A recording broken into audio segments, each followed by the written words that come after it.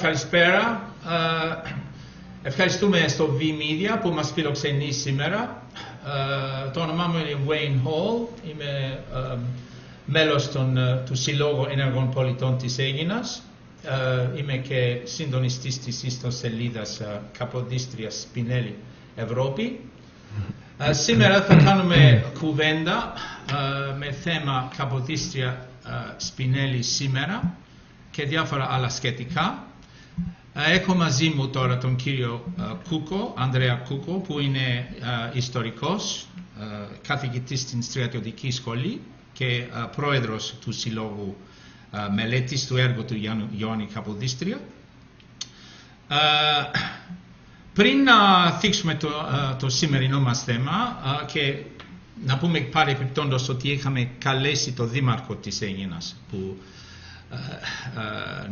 να συμμετέχει σε αυτή τη συζήτηση και δέχτηκε με μεγάλο ενθουσιασμό, αλλά δυστυχώς λόγω της κατάστασης με την υδροδότηση στην Αίγινα, η κατάσταση έκτακτης ανάγκης που κυριαρχεί, πήρε τηλέφωνο και είπε ότι λυπάται ότι δεν μπορεί να συμμετέχει σήμερα, οπότε τις ερωτήσεις που θα κάνουμε στον κύριο Δήμαρχο, μάλλον θα τις απευθυνθούμε τώρα στον κύριο Κούκο. Οπότε, πριν να θίξουμε το θέμα, όπως είπα, δύο λόγια για την πρόσφατη ημερίδα του Συλλόγου Ενεργών Πολιτών που έγινε στις 23 Ιουνίου στην Αίγινα. Έχουμε εδώ την ναι, έχουμε τώρα την εικόνα από την εικόνα από την ημερίδα, πρώτη εικόνα. Είχε τίτλο «Καποδίστρια Σπινέλη σήμερα, Ευρωπαϊκή Ένωση, διάλυση ή επανεκκίνηση». Και ίσως θα μιλήσουμε επίσης για τα προηγούμενα συνέδρια Καποδίστρια Σπινέλη Ευρώπη που πραγματοποιήθηκαν στην Αίγινα το 2000 και 2008 και 2009. Αυτή είναι η δεύτερη εικόνα. Νομίζω ότι θα δείτε τώρα την αφίσα από αυτές τις συνεδρίες που έγιναν με την υποστήριξη του Δήμου της Αίγινας και του Ελληνικού Γραφείου του Ευρωπαϊκού Κοινοβουλίου. Κύριε Κούκου, επειδή είχατε συμμετάσχει σχεδόν από την αρχή σε αυτή την πρωτοβουλία, ίσως θα θέλετε να μας πείτε την άποψή σας για την πρωτοβουλία, σε τι αποβλέπει κατά τη γνώμη σας και πώς προχωράει, για αν θέλετε να πείτε την άποψή σας. Ναι, καλησπέρα και από μένα. Βρισκόμαστε δεύτερη φορά στο φιλόξενο χώρο του V-Media. Ευχαριστούμε πολύ για την φιλοξενία, διότι αυτή είναι πραγματικά μια μεγάλη προσπάθεια. Εγώ θα τη χαρακτηρίσω πανευρωπαϊκή προσπάθεια που ξεκινάει σιγά σιγά από τον μικρό χώρο της Αίγινας. Ξεκινήσαμε, ναι, όπως είπατε και εσείς κύριε Wayne, ξεκινήσαμε το 2008.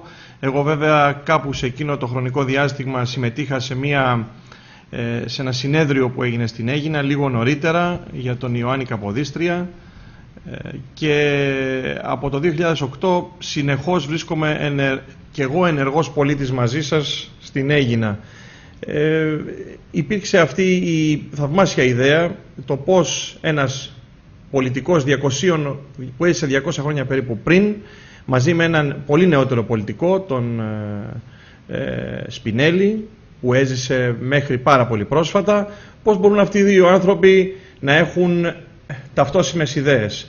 Η ιστορία, ξέρετε, γράφεται και είναι περίπου ίδια σε όλες τις εποχές. Πάντα υπάρχουν οι άνθρωποι οι οποίοι αντιδρούν και προσπαθούν να κάνουν κάποια πράγματα τα οποία είναι πάρα πολύ άσχημα. Είχαμε τότε τον Μέττερνιχ, αντίπαλο στις ιδέες, στις φιλελεύθερες ιδέες του Ιωάννη Καποδίστρια. Ο Ιωάννης Καποδίστριας περνιέται όμως σε ένα μεγάλο μπλοκ ιστορικών και πολιτικών ως δεσποτικός και αντιδημοκρατικός, ενώ είναι υπερβολικά φιλελεύθερος και δεν πρέπει να μπερδεύουμε τις εποχές. Απέναντί του είναι στον Ιωάννη Καποδίστρια ο Μέττερνιχ. Ερχόμαστε στο σήμερα και βλέπουμε πολιτικούς που δουλεύουν ενεργά και ουσιαστικά καταδυναστεύουν έναν κόσμο με τις ιδέες τους. Αναφέρομαι στον Χένρι Κίσιγκερ, ο οποίος βέβαια είναι στην αντιπέρα όχθη του Κίσιγκερ, είναι πολιτική σαν τον Σπινέλη. Έτσι λοιπόν βλέπουμε ότι η παγκόσμια πάλη σε όλους τους χώρους του κόσμου γίνεται πάντα από την πλευρά, έχουμε τον ιδεαλισμό, έχουμε τις ιδέες, έχουμε μια προσπάθεια για πανανθρώπινη συνεργασία, για ανθρωπιστικές αξίες. Από την άλλη έχουμε την στιγνή δικτατορία που επιβάλλουν κάποιοι πολιτικοί σαν τον Μέττερνιχ και σαν τον λάτρη του Μέττερνιχ που είναι ο Κίσιγκερ σήμερα, και οι οποίες βέβαια πολιτικές βλέπουμε ότι δεν αλλάζουν παρόλο ότι έχουμε 200 χρόνια διαφορά. Έτσι λοιπόν είναι πολύ σωστή η ιδέα και του Συλλόγου Ενεργών Πολιτών που την συνεχίζει και την κρατά ζωντανή, το πώς μπορούμε να φέρουμε στο σήμερα το ευρωπαϊκό γίγνεσθε το σημερινό, δύο τέτοιους πολιτικούς σαν τον Καποδίστρια και σαν τον Σπινέλη, και την Ευρώπη που θέλουμε εμείς σήμερα, η οποία νομίζω ότι συμφωνούμε απόλυτα και οι δύο, αλλά και πολύ περισσότερος κόσμος, ότι είναι η Ευρώπη του ανθρωπισμού, η Ευρώπη που δίδαξαν οι αρχαίοι Έλληνες φιλόσοφοι, και αυτών των ιδεών συνεχιστές είναι ο Καποδίστριας και ο Σπινέλη. Πολύ ωραία. Νομίζετε ότι μπορούμε να πούμε ότι ο σημερινός Μέττερνιχ δεν είναι μόνο ο Χένρι Κίσιγκερ, αλλά η σημερινή Ευρώπη, δηλαδή με τη μορφή που έχει πάρει. Η σημερινή Ευρωπαϊκή Ένωση αντιμετωπίζεται από πολλούς σαν να είναι κάτι εντελώς σατανικό. Ναι, αυτή η συνεργασία δυστυχώς Ηνωμένων Πολιτειών και Ευρωπαϊκής Ένωσης οδηγεί σε αυτά τα άσχημα αποτελέσματα. Να έχουμε αυτή τη στιγμή μία ύφεση η οποία βέβαια στην χώρα μας φτάνει στον 5ο χρόνο, στον Ευρωπαϊκό Νότο πλησιάζει στον 5ο χρόνο, αλλά πολύ φοβάμαι ότι θα έχουμε πολύ περισσότερες χώρες σιγά σιγά να έχουν παρασυρθεί σε αυτήν την πραγματικά ολέθρια πολιτική που ακολουθείται στην Ευρώπη. Βεβαίως και ο Κίσιγκερ είναι ο άνθρωπος που επέβαλε κάποιες ιδέες εδώ και 40 χρόνια. Πριν από μερικές μέρες βρέθηκα στην Πάφο και μίλησα για το κυπριακό ζήτημα και ανακοίνησα μερικά σημεία και μερικά λάθη στρατηγικής προσκεκλημένος του Δήμου Πάφου από τα 39 χρόνια, με αφορμή τα 39 χρόνια από την τουρκική εισβολή. Εκεί λοιπόν αναφέρθηκα σε όλο αυτό το κομμάτι, το οποίο δούλεψε πάρα πολύ σκληρά ο Κίσιγκερ, και αναφέρθηκα επίσης στο ότι υπάρχει αυτή η συνέχεια ανθρώπων, δηλαδή η έλλειψη στρατηγικής, αγαπητέ Wayne, μας οδηγεί σε αυτά τα τραγικά λάθη. Αν γνωρίζαμε ότι ο Κίσιγκερ έκανε διδακτορικό στον Μέττερνιχ το 1954, αν επίσης γνωρίζαμε ότι ο Ετσεβίτ ήταν μαθητής του Μέττερνιχ, του Κίσιγκερ και του Ιδρύματος Ροκφέλερ από το 1957-58 στο Πανεπιστήμιο Χάρβαρντ. Θα δούμε λοιπόν ότι υπάρχουν συνεκτικοί κρίκοι οι οποίοι δουλεύουν πάρα πολύ ωραία και φτάνουν στα αποτελέσματα. Το θέμα είναι ότι πέρα από αυτήν την στιγνή πολιτική που ακολουθείται αυτή τη στιγμή στην Ευρώπη και σήμερα, εμείς που μπορούμε να δημιουργήσουμε την αντιπέρα όχθη, πώς μπορούμε να συνεργαστούμε και να λειτουργήσουμε ώστε να βοηθήσουμε, να υπάρξει μια αντίδραση και να βοηθήσουμε στο να δούμε μια Ευρώπη διαφορετική. Πολύ ωραίο. Να πούμε δύο λόγια τώρα για ένα παρεμφερές θέμα, δηλαδή να κάνουμε μια συζήτηση για λίγη ώρα για το θέμα της ημερομηνίας 26 Ιανουαρίου.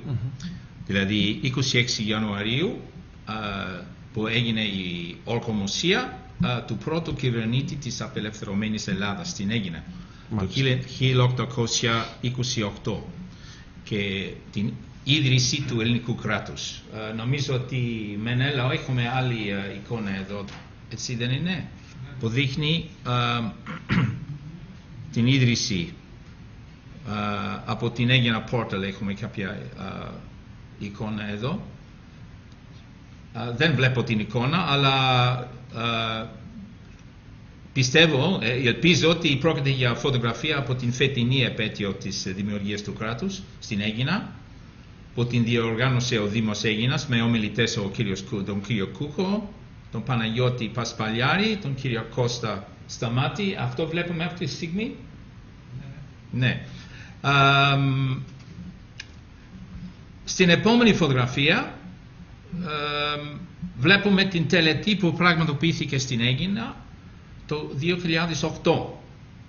26 Ιανουαρίου 2008 υπήρξε η 180η επέτειος της ίδρυσης του νέου ελληνικού κράτους. Νομίζω ότι βλέπουμε εδώ αυτή τη τελετή από το 2008. Η επέτειος αυτή γιορτάστηκε μόνο σαν τοπική τελετή στην Αίγινα. Θα ήθελα να ρωτήσω τώρα τον κύριο Κούκο πώς βλέπει αυτή η κατάσταση, πώς αναπτύχθηκε αυτή η παράξενη κατάσταση που η δημιουργία του κράτους, του ελληνικού κράτους, γιορτάζεται μόνο σαν τοπική γιορτή. Ποια είναι η αληθινή σημασία για τους Έλληνες της ημερομηνίας 26 Ιανουαρίου και κατά πόσο αναγνωρίζεται αυτή η πραγματικότητα.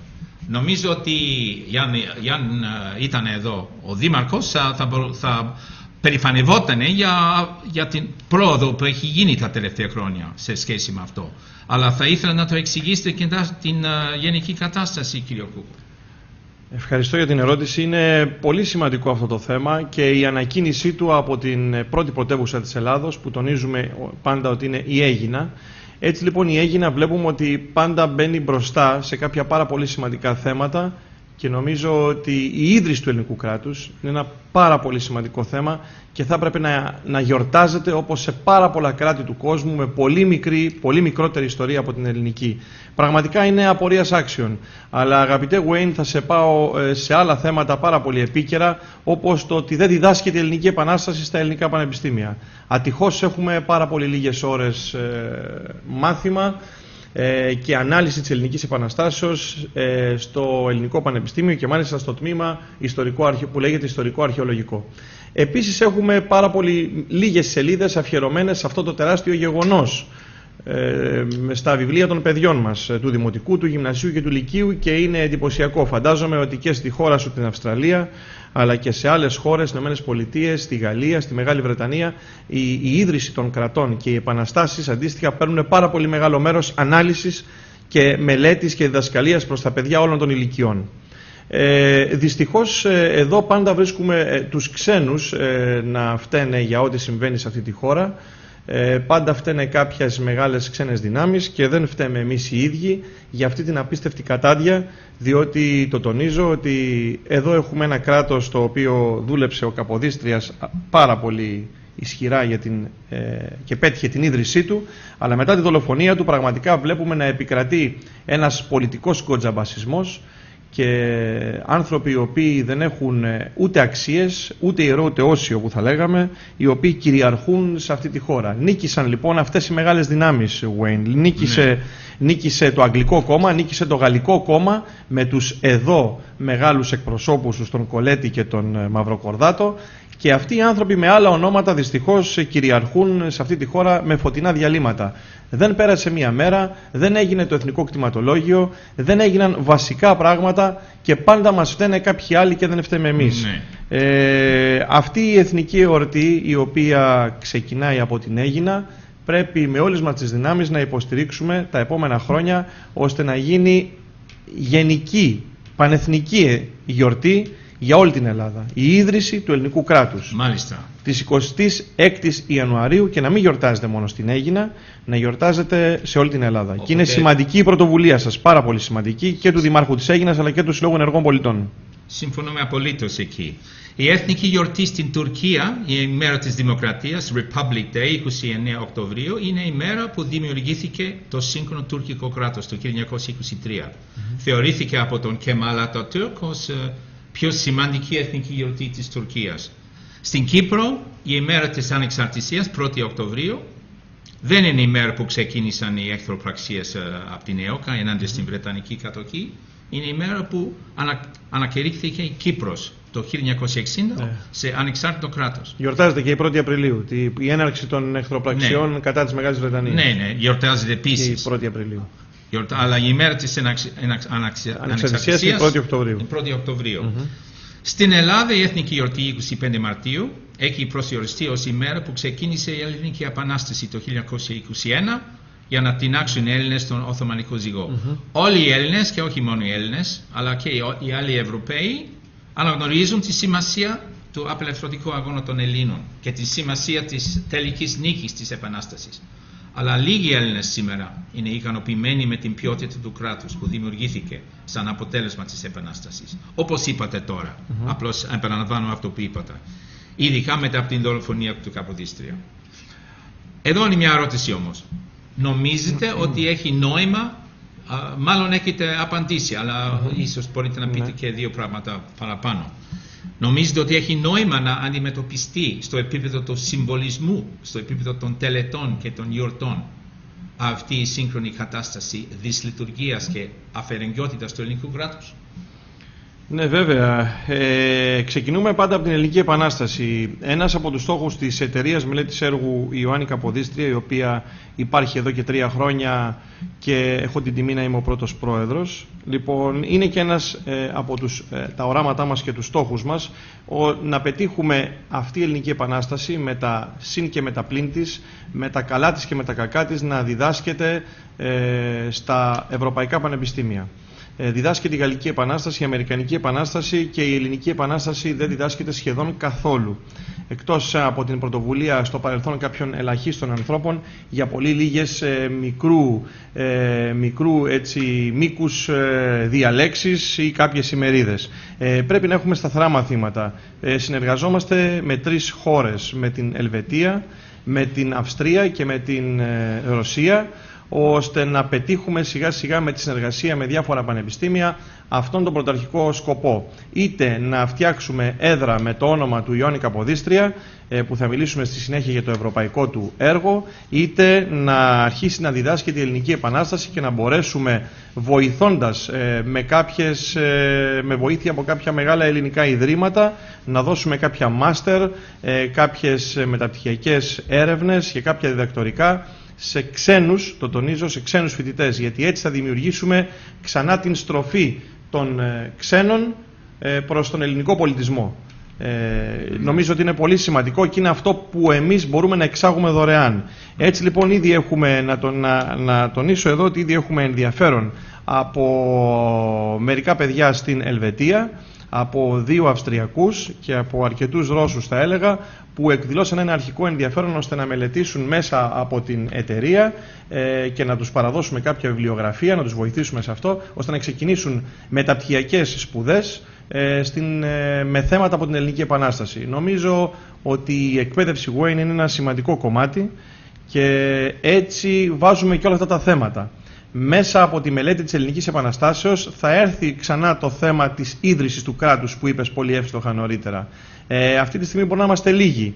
Πιστεύω ότι πολύ σύντομα θα γίνουμε περισσότεροι. Μάλιστα.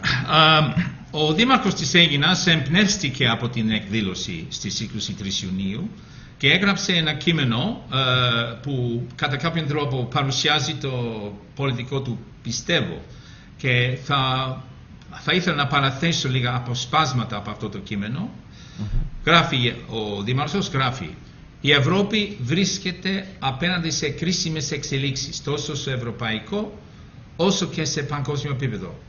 Εξελίξεις που συνδέονται όχι μόνο με την οικονομία αλλά και με την κοινωνική και πολιτική ζωή.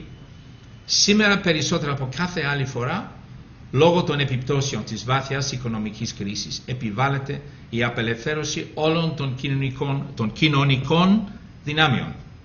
Η συμμετοχική δημοκρατία δεν αποτελεί ένα σύνθημα, μια απλή αναβάθμιση του δημόσιου διαλόγου, αποτελεί μια εντελώς νέα πολιτική αντίληψη που πρέπει να έχουν οι πολίτες απέναντι στους εαυτούς τους, απέναντι στο κοινωνικό σύνολο. Δυστυχώς δεν μπορώ να ρωτήσω τώρα τον κύριο Δήμαρχο, επειδή έχει πολλά προβλήματα τώρα με την υδροπότιση στην Αίγινα και θα είναι μάλλον λίγο πολυτέλεια να έχει έρθει σήμερα, και πολυτέλεια και για τον εαυτό του και για τους Αιγινίτες που μέχρι τώρα δεν έχουν, τουλάχιστον μέχρι το πρωί δεν είχαν καθόλου νερό για δεύτερη χρονιά. Αλλά το ζήτημα της συμμετοχής δημοκρατίας, αν δεν αποτελεί απλώς ένα σύνθημα, τι σημαίνει αυτό? Δηλαδή οι ομάδες ενεργών πολιτικών θα έπρεπε να συμπληρώνουν και να στηρίξουν τους εκλεγμένους αντιπροσώπους, ή υπάρχει περίπτωση, είναι εφικτό και επιθυμητό οι ενεργοί πολίτες κατά κάποιον τρόπο να ανταγωνίζουν την τοπική αυτοδιοίκηση, όχι εκλογικά, αλλά σαν θεσμός? Δυστυχώς δεν μπορούμε να κάνουμε αυτή την ερώτηση τώρα, αλλά το κάνω σε εσάς, κύριε Κούκο, για να εξηγήσω. Πιστεύετε ότι θα μπορούσε και θα έπρεπε να υπάρχει για τους ψηφοφόρους μια επιλογή ανάμεσα στην διακυβέρνηση από τους σημερινούς αντιπροσωπευτικούς θεσμούς και στην διακυβέρνηση από τους ενεργούς πολίτες? Δηλαδή, με λίγα λόγια, ποιος είναι ο ρόλος των ενεργών πολιτών? Βοηθητικός ρόλος ή ξεχωριστός ανεξάρτητος ρόλος? Ναι, είναι πολύ ωραία ερώτηση. Νομίζω ότι δεν έχουμε την πολυτέλεια να είμαστε αυτή τη στιγμή απέναντι από κανέναν. Οι ενεργοί πολίτες, και όλοι αισθανόμαστε ενεργοί πολίτες μιας χώρας ή ενός συνόλου που λέγεται Ευρώπη, μπορούν να βοηθήσουν αυτή τη στιγμή αποφασιστικά, ειδικά στην Ελλάδα, να σταθούν δίπλα στο κράτος και να βοηθήσουν όπου μπορούν. Το κράτος βέβαια πρέπει να γυρίσει προς τους ενεργούς πολίτες και να πει βοηθήστε μας σε συγκεκριμένους τομείς. Είτε λέγεται περιβάλλον, είτε λέγεται πολιτισμός μιας χώρας, είτε μιας πόλης, είτε σε οποιοδήποτε άλλο τομέα. Όταν το κράτος λοιπόν με τους θεσμούς του γυρίσει και δεν δει αντίπαλο κανένα σύλλογο ενεργών πολιτών, τότε σαφέστατα και οι ενεργοί πολίτες κάθε πόλης και κάθε νομού θα αισθανθούν πολύ καλύτερα. Έτσι λοιπόν, με αυτήν την συνεργασία θα μπορέσουμε να λύσουμε πάρα πολλά προβλήματα. Ο πληθυσμός βρίσκεται σε πολύ άσχημη κατάσταση, όπως γνωρίζουμε, στην Ελλάδα. Αυτή τη στιγμή οι Έλληνες περνάει δύσκολες στιγμές. Έχουμε οικογένειες που παραδίδουν τα παιδιά τους στα χωριά SOS. Ένα μήνυμα που έλαβα χτες το βράδυ ήταν πάρα πολύ συγκινητικό και μου είπαν ότι πλέον τα χωριά SOS στη Βάρη είναι γεμάτα από παιδιά μονογονεϊκών οικογενειών, τα οποία δεν μπορούν να τα ζήσουν οι μητέρες τους κυρίως, και τα αφήνουν εκεί πείθοντάς τα ότι εκεί θα έχουν όλα αυτά που δεν μπορεί να τους βοηθήσει η μητέρα τους ή ο πατέρας τους αντίστοιχα. Είναι τραγικές οι συνθήκες και νομίζω ότι πρέπει όλοι μαζί να σταθούμε δίπλα και στους Δήμους, αρκεί βέβαια και οι Δήμοι να καταλάβουν ότι υπάρχουν δυνάμεις που μπορούν να τους βοηθήσουν. Και να μην στέκονται απέναντι ή πολλές φορές να αντιμετωπίζουν με καχύποπτο ύφος όλη αυτή την προσπάθεια. Νομίζω ότι οι ενεργοί πολίτες δεν έχουν στόχο να πάρουν την εξουσία σε κανένα Δήμο της χώρας. Έχουν στόχο να συμπαρασταθούν δίπλα σε αυτούς τους ανθρώπους, οι οποίοι αυτή τη στιγμή ξέρουμε πολύ καλά ότι οι Δήμοι της χώρας περισσότεροι δεν έχουν ελάχιστα χρήματα στα ταμεία τους. Ναι, όντως. Και είναι πάρα πολύ σοβαρό αυτό. 25 νομίζω δήμαρχοι έχουν παραιτηθεί από αυτό το. Ναι, βέβαια. Μπορούμε να δούμε τώρα θα δούμε τώρα τι είπατε στην πρόσφατη ημερίδα. Θα δούμε ένα μικρό απόσπασμα από την ομιλία σας στην Αίγινα προς το τέλος. Θα κλείσω λέγοντας ότι κάποιος πρέπει να τους φοβήσει. Κάποιος πρέπει να τους φοβήσει. Ενώ το σε εισαγωγικά Ευρωπαϊκό Διευθυντήριο.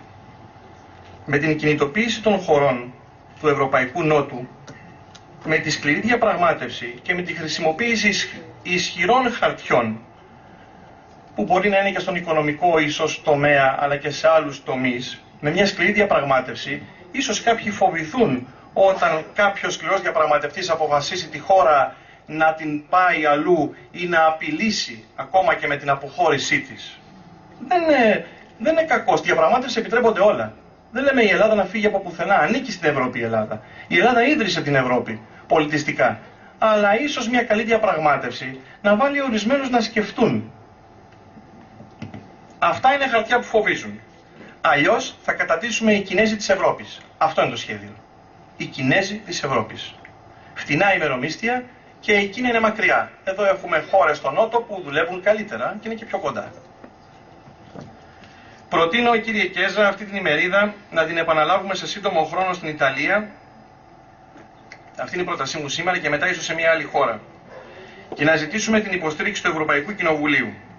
σιγά σιγά, να βάλουμε ένα θέμα προς συζήτηση που να προχωρήσει βήμα-βήμα, όπως έκανε ο Καποδίστριας στη ζωή του, και ίσως φέρει κάποια αποτελέσματα. Έτσι δημιουργείται ένα κίνημα ενεργών πολιτών σε όλη την Ευρώπη. Πρέπει να πολεμήσουμε για να δώσουμε στα παιδιά μας την Ευρώπη που οραματίστηκαν ο Ιωάννης Καποδίστριας, ο Αλτιέρος Σπινέλη και άλλοι μεγάλοι Έλληνες πολιτικοί και Ευρωπαίοι πολιτικοί. Είναι η ιερή μας, νομίζω, υποχρέωση. Κινητοποίηση λοιπόν και επανεκκίνηση. Σας ευχαριστώ. Λοιπόν, κύριε Κου, πιστεύετε ότι έχουμε ξεκινήσει με την δημιουργία αυτού του πανευρωπαϊκού κινήματος ενεργών πολιτών σε όλη την Ευρώπη? Βέβαια, είναι πολύ σημαντικό αυτό που έγινε στην Αίγινα στις 23 Ιουνίου. Εγώ νιώθω απέραντη ικανοποίηση. Και να σου πω κάτι, Wayne, χωρίς να είναι προσωπικό προς εσένα. Είσαι ένας άνθρωπος ο οποίος ζει εδώ και πολλά χρόνια στην Ελλάδα. Είσαι Αυστραλός, όμως αισθάνεσαι Έλληνας. Περισσότερο από Έλληνας. Είναι προς τιμήν σου αυτό. Και είναι πολύ σημαντικό το ότι άνθρωποι που είναι εντελώς σε άλλο μέρος του πλανήτη, όπως η δικιά σου η περίπτωση, έρχεται να σταθεί δίπλα στους Έλληνες, ακόμα περισσότερο, πολλές φορές περισσότερο δουλεύοντας για την Ελλάδα από πολλούς Έλληνες, και να δείξουμε, να, αυτή είναι η σημασία των ενεργών πολιτών. Ξένοι άνθρωποι που έρχονται στην Ελλάδα, όπως εμείς μπορούμε να πάμε στην Ιταλία ή στην Ισπανία και να βρεθούμε δίπλα σε άλλους ανθρώπους και έτσι να μπορέσουμε να δημιουργήσουμε σιγά σιγά αυτό το πανευρωπαϊκό κίνημα. Ίσως στην αρχή απογοητευτούμε, αλλά νομίζω ότι έχουμε πάρα πολύ ισχυρά χαρτιά. Όπως είπα, είναι η σοβαρότητα, η αγάπη προς την ιστορία και τον πολιτισμό, όχι μόνο τον ελληνικό, αλλά και τον ιταλικό και τον ισπανικό και τον γαλλικό και τον πανευρωπαϊκό πολιτισμό, ότι θέλουμε να νιώσουμε μια Ευρώπη που να είναι εντελώς διαφορετική, που να αναπνέουμε έναν αέρα ελεύθερο, χωρίς να καταπιεζόμαστε από όλες αυτές τις συνθήκες. Και βέβαια αυτό δεν σημαίνει ότι δεν χρειάζεται η Ελλάδα μεταρρυθμίσεις. Σαφώς και χρειάζεται μεταρρυθμίσεις, αλλά αυτές οι μεταρρυθμίσεις μπορεί να είναι προς όφελος των πολιτών και όχι εναντίον των πολιτών πολλές φορές, όπως με τον τρόπο που συμβαίνουν έτσι μαζικά σήμερα. Ναι. Μάλιστα. Ας μιλήσουμε λίγο για τον Αλτιέρο Σπινέλη. Έχουμε τον εικόνα του εδώ, τον Αλτιέρο Σπινέλη με το μουσί. Εδώ ακούμε τον αντιπρόεδρο του Συλλόγου Ενεργών Πολιτών της Αίγινας, τον Στράτο Πανταβό, σε ομιλία του 2008 στην πρώτη ημερίδα Καποδίστρια Σπινέλη Ευρώπη. Να ακούσουμε αυτό που είπε ο κύριος Πανταβός εκείνη στην πρώτη συνάντηση για το θέμα. Τον Ιούνιο του 1941 ο Αλτιέρο Σπινέλη ευρίσκεται πολιτικός εξόριστος στο νησί Βεντοτένε της Ιταλίας. Έχει ήδη συμπληρώσει 14 χρόνια φυλακών και εξορίας. Στην Ευρώπη μένεται ο δεύτερος παγκόσμιος πόλεμος. Κανένας δεν γνωρίζει πότε θα τελειώσει και ποιος θα είναι ο νικητής. Παρ' όλα αυτά, ο Σπινέλη, διορατικός άνθρωπος και δυνατό μυαλό, σκέφτεται το μέλλον της Ευρώπης για μετά τον πόλεμο. Και κυρίως σκέφτεται πώς θα μπορέσει στο μέλλον αυτή η Ήπειρος να αποφύγει τις σειράξεις μεταξύ των κρατών. Μαζί με τον Ερνέστο Ρώση επεξεργάζεται το μανιφέστο για την Ευρώπη ελεύθερη και ενωμένη. Αυτό είναι το πρώτο κείμενο από μια σειρά κειμένων που θα ακολουθήσουν στη συνέχεια σχετικά με το μέλλον της Ευρώπης μετά τον πόλεμο. Το 1943, ύστερα από 16 χρόνια φυλακή, απελευθερώνεται. Δημιουργεί αμέσως το Ιταλικό κίνημα για την Ευρωπαϊκή Ομοσπονδία και από το 1944 καθορίζει τις βασικές του αρχές. Ελεύθερη κίνηση των πολιτών, κατάργηση συνόρων και τελωνίων, νομισματική ενότητα, ομοσπονδιακός στρατός, χάραξη κοινής εξωτερικής πολιτικής.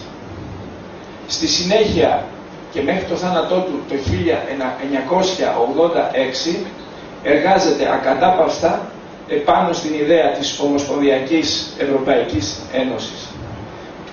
Δικαίως λοιπόν θεωρείται ως ένας από τους πατέρες της σύγχρονης ευρωπαϊκής πραγματικότητας. Ο Καποδίστριας, το άλλο πρόσωπο του σημερινού συνεδρίου,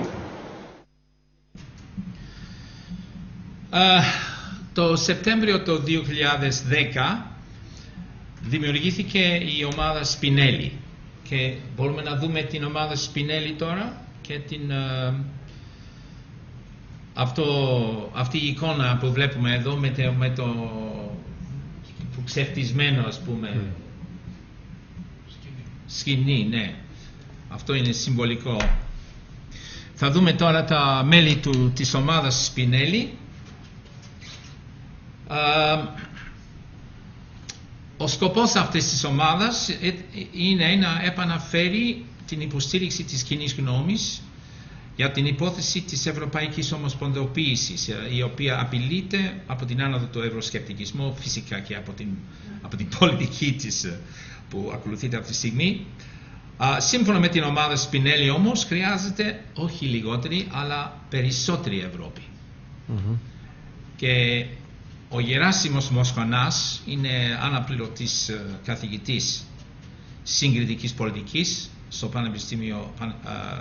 Πάντιο Πανεπιστήμιο και είναι μέλος της Πανεπιστημιακής Επιτροπής της ομάδας Σπινέλη, που δημοσίευσε το περασμένο μήνα την έκδοση «Η άνοδος του λαϊκισμού και των ακραίων κομμάτων στην Ευρώπη». Την έχουμε στην γραμμή αυτή τη στιγμή. Όταν τον έχουμε μαζί μας θα του κάνουμε λίγες ερωτήσεις. Είναι έτοιμος? Λοιπόν, καλώς ορίστε κύριε Μοσχονά. Γεια σας, γεια σας. Μπορείτε να περιγράψετε τους στόχους της ομάδας Σπινέλη και να μας δώσετε την εκτίμησή σας για το κατά πόσο η ομάδα σήμερα εκπληρώνει με επιτυχία αυτούς τους στόχους. Ναι, καταρχήν να σας διευκρινίσω, δεν είμαι μέλος της ομάδας Σπινέλη, συμμετείχα όμως σε ένα επιστημονικό σεμινάριο που οργάνωσε η ομάδα Σπινέλη με θέμα το λαϊκισμό. Οι στόχοι της ομάδας Σπινέλη είναι γνωστοί, αποτελείται από ευρωβουλευτές που ανήκουν σε ένα ευρύ φάσμα του Ευρωπαϊκού Κοινοβουλίου, κυρίως από πράσινους, που προέρχονται κυρίως από τους πράσινους και την κεντροδεξιά, και ο στόχος τους είναι μια φεντεραλιστική Ευρώπη. Η άποψη της ομάδας Σπινέλη, στην οποία ομάδα, όπως γνωρίζετε πολύ καλά, η μεγάλη φιγούρα είναι ο Ντανιέλ Κομπεντίτ, η άποψη της ομάδας Σπινέλη είναι ακριβώς ότι αν θέλουμε να ξεπεράσουμε το πρόβλημα της σημερινής Ευρώπης, χρειάζεται περισσότερη ομοσπονδιοποίηση. Η λύση στο πρόβλημα το οικονομικό αλλά και στο πρόβλημα το πολιτικό είναι η ομοσπονδιοποίηση της Ευρώπης. Είναι λοιπόν μια, θα έλεγα, φυγή προς τα μπρος, προς το μοντέλο της πολιτικής Ευρώπης, με ταχύ, με γρήγορο, με αποφασιστικό τρόπο. Υπ' αυτή την έννοια η άποψη της ομάδας Σπινέλη είναι εκτός mainstream, παρόλο που μοιάζει απολύτως να είναι μέσα στο mainstream της Ευρώπης, γιατί ζητάει κάτι παραπάνω από αυτό που οι σημερινές ηγεσίες, οι εθνικές, αλλά και οι ηγεσίες σε επίπεδο Ευρωπαϊκής Ένωσης μπορούν να αποδεχτούν. Ταυτόχρονα είναι mainstream με την έννοια ότι δεν ζητάει ένα διαφορετικό μοντέλο κοινωνίας, απλώς θεωρεί ότι το υπάρχον μοντέλο κοινωνίας, ας το πούμε ο καπιταλισμός, ενδεχομένως με μια πιο σοσιαλδημοκρατική χρειά, θα εξυπηρετηθεί καλύτερα από την ομοσπονδιοποίηση της Ευρώπης. Η ιδέα λοιπόν είναι προχωράμε γρήγορα στην πολιτική Ευρώπη. Αυτή είναι η κεντρική τους ιδέα. Ένα μέλος της ομάδας Σπινέλη γράφει στην ιστοσελίδα της ομάδας: η υπόθεση της Ευρώπης μπορεί να κερδίσει την υποστήριξη της κοινωνίας των πολιτών μόνο εάν υιοθετήσει ένα πιο επίμαχο μήνυμα. Νομίζετε ότι η ομάδα Σπινέλη με την σημερινή της σύνθεση έχει τη δυνατότητα να υιοθετήσει ένα πιο επίμαχο μήνυμα? Όχι, νομίζω πως όχι. Νομίζω το εξής. Κοιτάξτε, εάν η Ευρωπαϊκή Ένωση δεν έχει προχωρήσει περισσότερο στην κατεύθυνση της ομοσπονδιοποίησης, ή αν θέλετε ριζικά περισσότερο, αυτό οφείλεται σε πολύ μεγάλο βαθμό στο ότι ούτε οι κοινωνίες είναι έτοιμες γι' αυτό, οι εθνικές κοινωνίες, ούτε οι πολιτικές ελίτ σε κάθε χώρα είναι έτοιμες. Το βλέπουμε πάρα πολύ χαρακτηριστικά, δεν χρειάζεται να το ψάξουμε πάρα πολύ, ούτε στις έρευνες του Ευρωβαρόμετρου, ούτε στις δημοσκοπήσεις. Το βλέπουμε με την κρίση χρέους στην Ελλάδα, στην Ισπανία, στην Πορτογαλία κλπ. Βλέπετε ότι οι Γερμανοί πολίτες καταρχήν, δεν είναι διατεθειμένοι να μεταφέρουν πόρους προς την Ελλάδα ή προς τις άλλες χώρες της Ευρώπης. Και αν το κάνουν με έναν τρόπο παράξενο, μη ευθύ, διαμαρτυρώμενοι κλπ. Το ίδιο σε έναν βαθμό ισχύει και αν η Ελλάδα ήταν σε θέση δανειστή και όχι δανειζόμενου, να είστε βέβαιοι ότι θα είχαμε το ίδιο φαινόμενο. Οι κοινωνίες δεν είναι έτοιμες. Το πρόβλημα της Ευρώπης βρίσκεται στο εξής. Η Ευρώπη αποτελείται από εθνικά κράτη που έχουν ισχυρή εθνική κουλτούρα, ισχυρή και παλαιά παράδοση, δική τους, εθνική, και ταυτόχρονα έχουν και μια οργάνωση κρατική που επίσης είναι ισχυρή. Αυτά όλα διαφοροποιούν την ευρωπαϊκή ενοποίηση από το μοντέλο της, ας πούμε, αμερικανικής ενοποίησης. Και βεβαίως έχουν και ξεχωριστές γλώσσες, έτσι δεν είναι? Αυτό καθιστά την ομοσπονδιοποίηση της Ευρώπης ένα όραμα του μακρινού παρελθόν, του μακρινού μέλλοντος, αν ποτέ υλοποιηθεί. Συνεπώς, ο βιασμός της ιστορίας, η επιτάχυση για του βιασμού, αν θέλετε, της ομοσπονδιοποίησης της Ευρώπης, είναι κάτι πάρα πολύ δύσκολο. Δεν θα σας πω αν είναι σωστό ή όχι. Και σωστό να είναι. Τι σημασία έχει αν είναι σωστό, εφόσον δεν μπορεί να υλοποιηθεί? Νομίζω εδώ είναι το μεγάλο πρόβλημα της ομάδας Σπινέλη. Σκοπεύουμε στο σύντομο μέλλον να διοργανώσουμε τηλεοπτική συζήτηση ανάμεσα στον κύριο Τζουλιέτο Κέζα, ο οποίος έχει ήδη μιλήσει εδώ στο V-Media, και τον Περ Βιγγίλιο Ντάστολη, μέλος της ομάδας Σπινέλη και πρώην γραμματέας του Αλτιέρο Σπινέλη. Ο κύριος Ντάστολη έχει δεχθεί την πρόκληση και ίσως από μια τέτοια συζήτηση θα δούμε κατά πόσο εμείς μπορούμε να βοηθήσουμε στην υποστήριξη αυτής της προσπάθειας που κάνουν. Τι νομίζετε, έχετε κάποιο σχόλιο για αυτή την ιδέα? Δεν έχω κάποιο ειδικό σχόλιο. Εγώ θεωρώ εξαιρετικά ωραίο, θα σας έλεγα, το ότι παίρνετε αυτή την πρωτοβουλία. Το θεωρώ εξαιρετικά θετικό. Είναι κάτι πάρα πολύ σημαντικό και πολύ όμορφο. Αυτά όλα είναι αναγκαία. Ζούμε όλοι σε μια Ευρωπαϊκή Ένωση που με όλα τα προβλήματά της έχουμε γίνει λίγο μέλη της, και σαν άτομα και σε χώρες. Το γεγονός ότι παίρνονται τέτοιες πρωτοβουλίες, εγώ το θεωρώ εξαιρετικά θετικό, και πρέπει να σας πω ότι πρωτοβουλίες τέτοιου τύπου είναι ελάχιστες. Όχι μόνο στην Ελλάδα, αλλά και στο εξωτερικό. Αυτόρμητα μου ήθελα να σας πω συγχαρητήρια, είναι μια πολύ ωραία πρωτοβουλία, υπό την έννοια ότι δεν γίνεται η Ευρώπη να προχωρήσει, δεν έχει σημασία σε ποια κατεύθυνση, σε όποια κατεύθυνση και αν επιλεγεί, χωρίς να γίνεται ένας εσωτερικός διάλογος. Απλώς, αν μου επιτρέπετε, δεν ξέρω αν έχω χρόνο κιόλας, μήπως κάνω κατάχρηση. Όχι, έχουμε χρόνο. Ναι. Απλώς η δική μου προσέγγιση είναι ότι η ευρωπαϊκή ενοποίηση, αν θα προχωρήσει βήμα-βήμα, αργά δυστυχώς. Αυτή είναι η μοίρα της, γιατί αποτελείται, όπως σας είπα, από διαφορετικές κουλτούρες, από διαφορετικά έθνη, από διαφορετικούς παρατάφτα πολιτισμούς, και εδώ είναι θέμα της πολιτικής ηγεσίας να επιλέγει κάθε φορά, σε κάθε φάση, ποιος είναι ο τομέας εκείνος στον οποίο υπάρχει δυνατότητα να προχωρήσει η Ευρωπαϊκή Ένωση. Γενικώς ζήτω η Ομοσπονδία, δεν μου λέει εμένα προσωπικά τίποτε, όπως δεν μου λέει τίποτε, πρέπει να σας πω, και ζήτω τα εθνικά κράτη.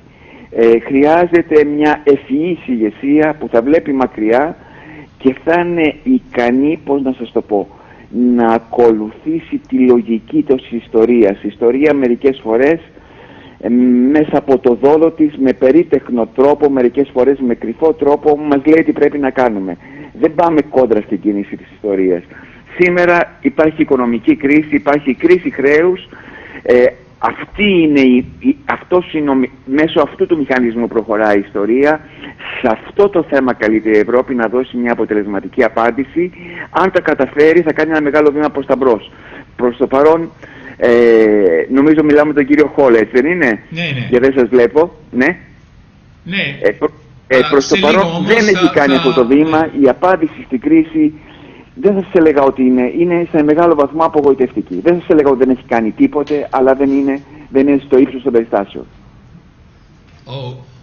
Θέλετε να σχολιάσετε τίποτα ο κύριος Κούκος? Θέλετε να πείτε τίποτα στον κύριο Μοσκονά? Ναι, να σχολιάσω, να χαιρετήσω εγώ τον κύριο Μοσχονά που βρίσκεται μαζί μας.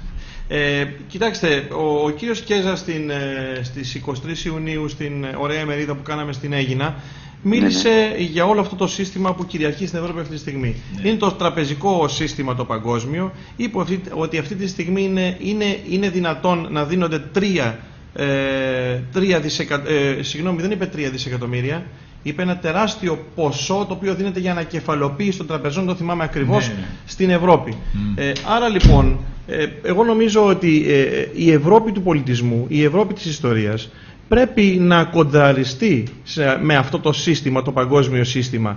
Έχουμε την ιστορία αυτή να ξεκινάει από τις ΗΠΑ με τα CDS, τη σύγκρουση αυτή με την Ομοσπονδιακή Τράπεζα εκεί. Μία εισαγγελέας λοιπόν είχε, επειδή αγαπούσε πραγματικά τη δουλειά της και σεβόταν τα χρήματα του Αμερικανού πολίτη, ανακοίνησε όλη αυτή την ιστορία, ήρθε σε σύγκρουση στο Κογκρέσο, έφτασε το θέμα να είναι μία εισαγγελέας του οικονομικού εγκλήματος απέναντι σε όλα αυτά τα μεγαθύρια, ο Greenspan και όλη αυτή η ομάδα του της Ομοσπονδιακής Τράπεζας, και είπε αυτή η γυναίκα το απλό, ότι πρέπει να υπάρχουν κανόνες.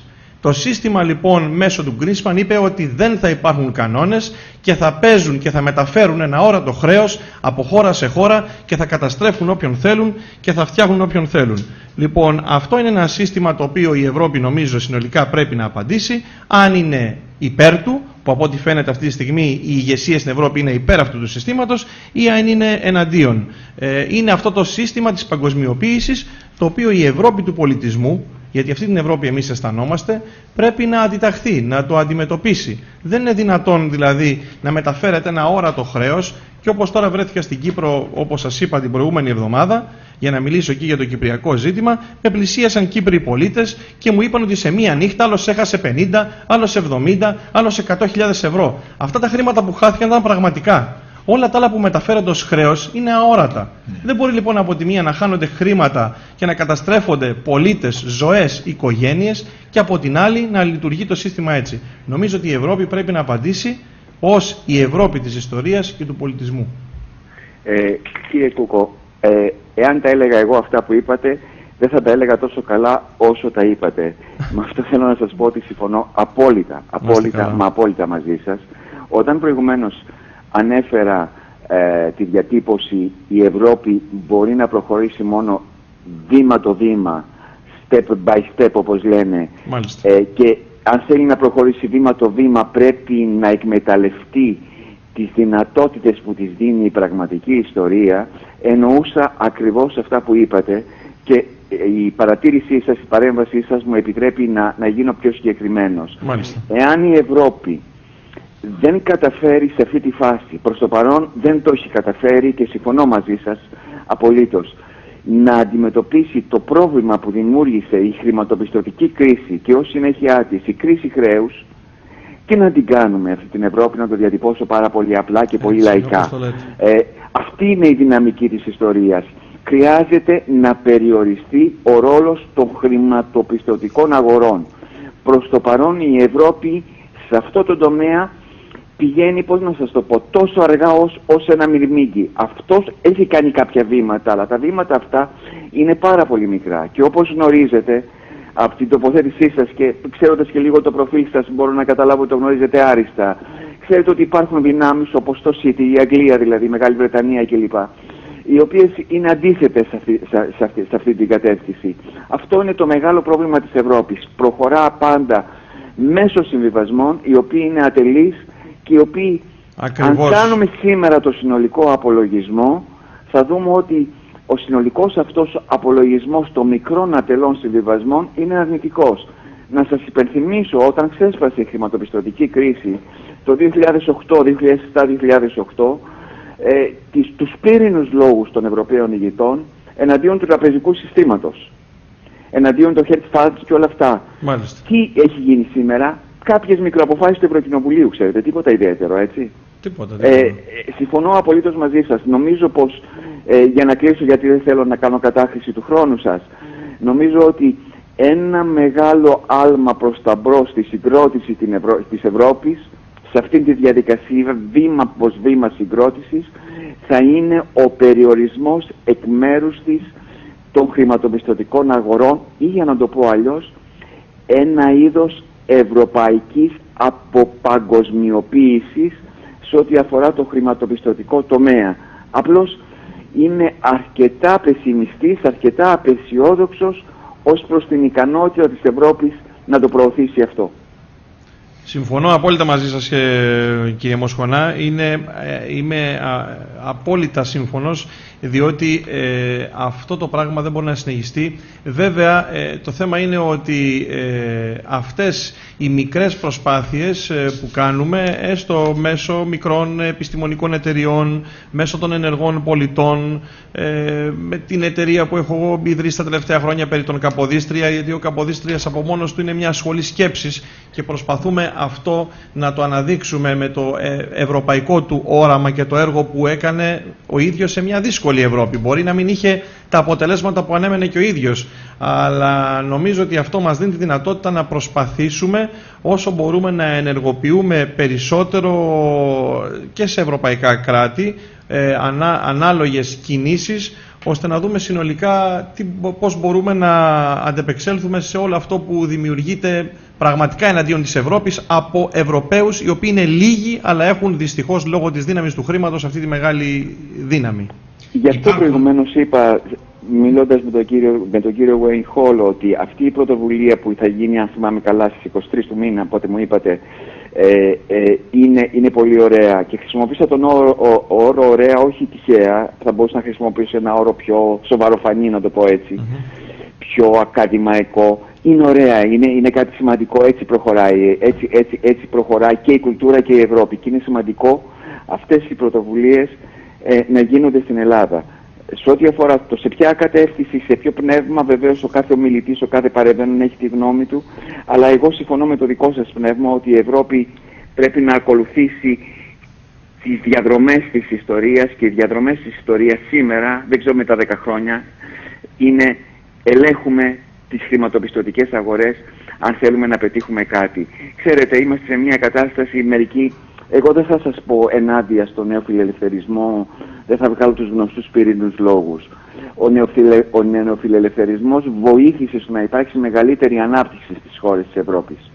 Και η παγκοσμιοποίηση σε ένα μεγάλο βαθμό βοήθησε, ιδιαίτερα κάποιες χώρες που ήταν στη δυσκολία, στον παλιό υπανάπτυκτο, όπως λέγανε, κόσμο. Ναι. Αλλά ξέρετε, τι να την κάνω μια επιχείρηση που βγάζει κέρδη, αλλά περιοδικά χρεοκοπεί. Αυτός είναι ο ανεξέλεκτος χρηματοπιστωτικός τομέας. Αυτό είναι το δράμα ακριβώς. Τι νόημα έχει αυτό? Είχαμε δύο περιπτώσεις, τη δεκαετία του 30 και σήμερα. Και στις δύο περιπτώσεις, μόλις αφέθησαν απολύτως ανεξέλεκτες οι αγορές, οδηγήθηκαν σε ένα διάστημα 10 ετών και στις δύο περιπτώσεις σε μια μεγάλη χρεοκοπία.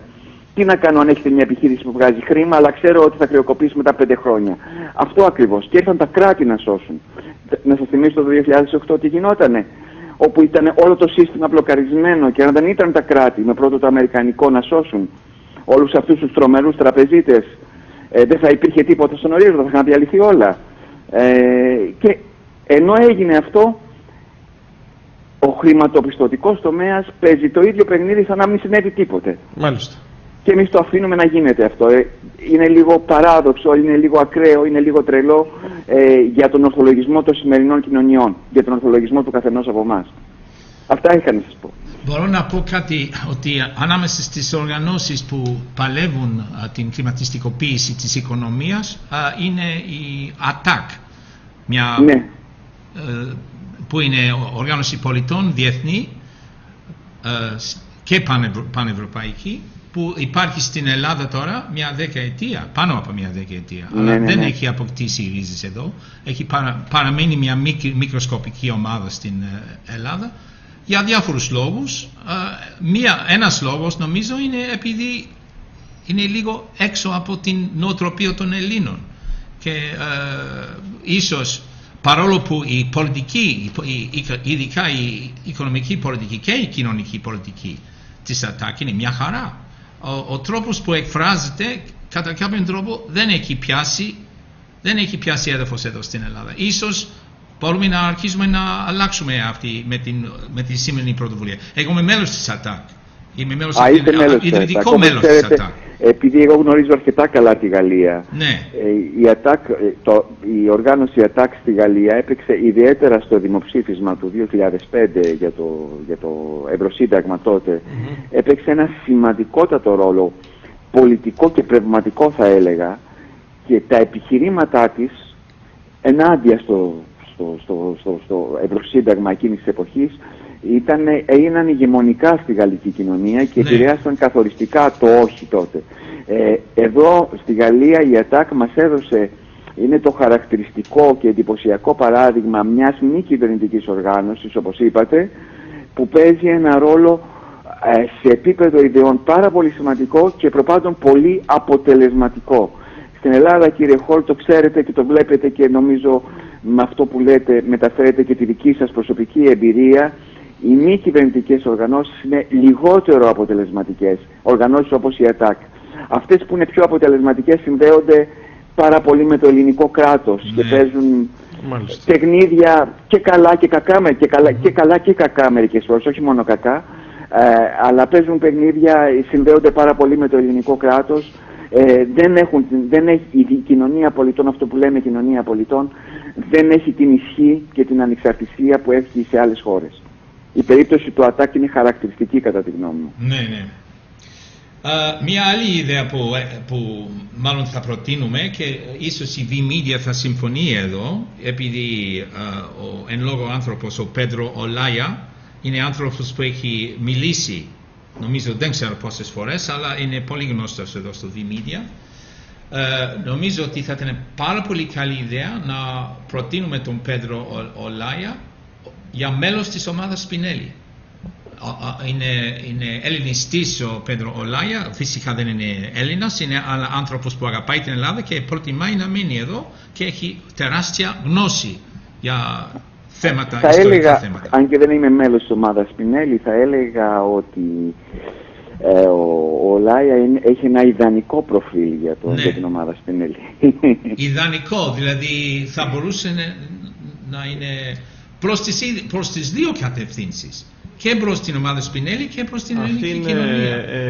Αν μου επιτρέπετε η παρέμβαση Wayne, εγώ πέρα από τον κύριο Λάια θα ήθελα να πω στον κύριο Μοσχονά, επειδή πραγματικά μίλησε εξαιρετικά και ανέλυσε τα προβλήματα της Ευρώπης και της Ελλάδας που είναι στην Ευρώπη του σήμερα, αυτή η πρόταση που περιμένει ο κύριος Κέζα για να οργανώσουμε μετά από δική μου πρωτοβουλία μια εισήγηση που του έκανα στην Αίγινα για να οργανώσουμε κάτι αντίστοιχο περί των ευρωπαϊκών οραμάτων του Σπινέλη και του Καποδίστρια, αλλά και εν γέννη για την Ευρώπη σήμερα, μια άλλη Ευρώπη που ελπίζουμε να γίνει τους επόμενους μήνες, κύριε Μοσχονά, στην Ρώμη, με την πρωτοβουλία που θα συνεχίσει ο κύριος Κέζα εκεί.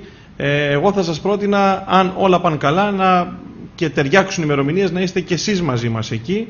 Ευχαρίστως, θα είναι να ταιριάξουν οι ημερομηνίες, ευχαρίστως να είμαι. Ναι, ώστε να δώσουμε. Εκτιμώ πολύ αυτό που κάνετε. Να δώσουμε έτσι μια μεγάλη δυναμική σε όλο αυτό και ελπίζω μετά να έχουμε και μια συνάντηση στο Πανεπιστήμιο της Γρανάδας στην Ισπανία, αλλά και στην Κύπρο που και εγώ έχω έτσι πολύ καλούς φίλους και κατεβαίνω τακτικά, ώστε να δούμε μια κίνηση, να πω, του Ευρωπαϊκού Νότου, ξεκινώντας από κάποιες χώρες και προτείνοντας κάποια πράγματα στην Ευρώπη, στο Ευρωκοινοβούλιο, αλλά νομίζω ότι είναι μια σημαντική, μπορούμε να προκαλέσουμε μια σημαντική έτσι κίνηση μέσω των πολιτών του Ευρωπαϊκού Νότου και ποιος ξέρει, μακάρι να μπορέσουμε να πετύχουμε κάτι. Ναι, εγώ είμαι πολύ θετικός, και ιδιαίτερα σε πρωτοβουλίες που ανεξαρτήτως αν ξεκινούν από τον Νότο ή από το Βορρά, στη συγκεκριμένη περίπτωση από τον Νότο, έχουν το potential, έχουν το δυναμικό να απευθυνθούν στο σύνολο της Ευρώπης. Και η λογική σας, ο τρόπος που σκέφτεστε δεν απευθύνεται στο Νότο, απευθύνεται στο σύνολο της Ευρώπης. Έτσι. Και μόνο τέτοιες πρωτοβουλίες έχουν προοπτικές επιτυχίας.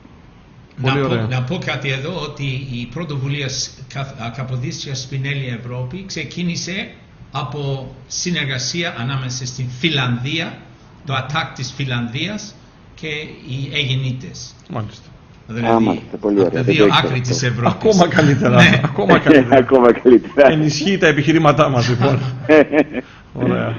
Οπότε, δεν ξέρω, ίσως ήρθε η ώρα τώρα να τελειώσουμε. Οπότε, ευχαριστούμε. Εγώ σας ευχαριστώ πολύ, κύριε Μοσχονάση. Ευχαριστούμε σε όλους που συμμετείχαν και σε όλους που παρακολουθούν. Και ευχαριστώ και στο V-Media που μας φιλοξένησε.